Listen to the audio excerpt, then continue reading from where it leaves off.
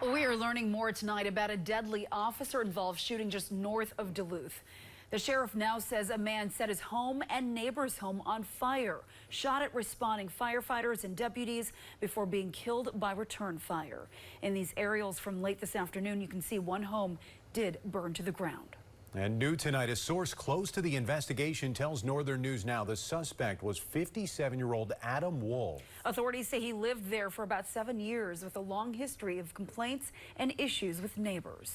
Today's incident started around 9 this morning in Normanna Township at a home on Heritage Road where neighbors called 911 reporting house fires and gunfire. According to the sheriff's office, officials first arrived to find the suspect had set their own home on fire and attempted to set a neighboring home on fire as well. While a Normanna Township firefighter battled the flames, the suspect shot at the firefighter. Multiple sheriff's deputies then responded to the scene, exchanging gunfire with Wolf. He was shot and, despite life-saving efforts, died at the scene. Amazingly, no responders or neighbors were heard, but St. Louis County Sheriff Gordon Ramsay says an investigation found multiple homemade devices on the property. They were apparent booby traps set up to injure or kill responders. The sheriff says that makes it even more amazing. No other lives were lost today, and commends firefighters and deputies for their response. This was a chaotic and very dangerous situation. I've been to the scene myself, and I could not be more proud of our deputies. They used their training, their experience, and teamwork to protect the community and to safely end this very dangerous and chaotic situation.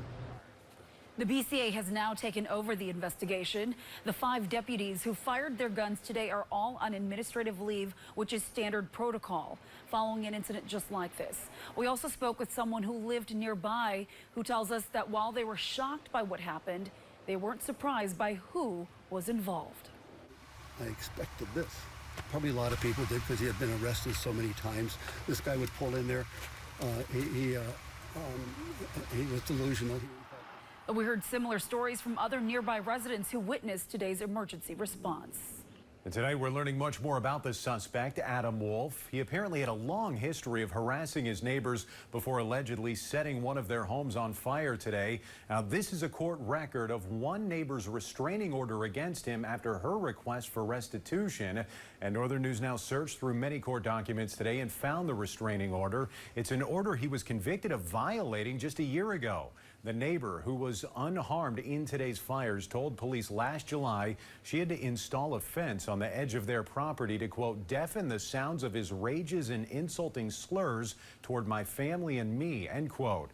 The violation came when Wolf went to the end of the fence and had a violent outburst to the point other neighbors called the sheriff. The neighbor then received restitution from Wolf for the cost of that fence. Our records show Wolf purchased the Heritage Road home back in 2018, long after his neighbors had already been living there. And we will continue to track any updates regarding today's officer-involved shooting. Stay connected by downloading our Northern News Now app.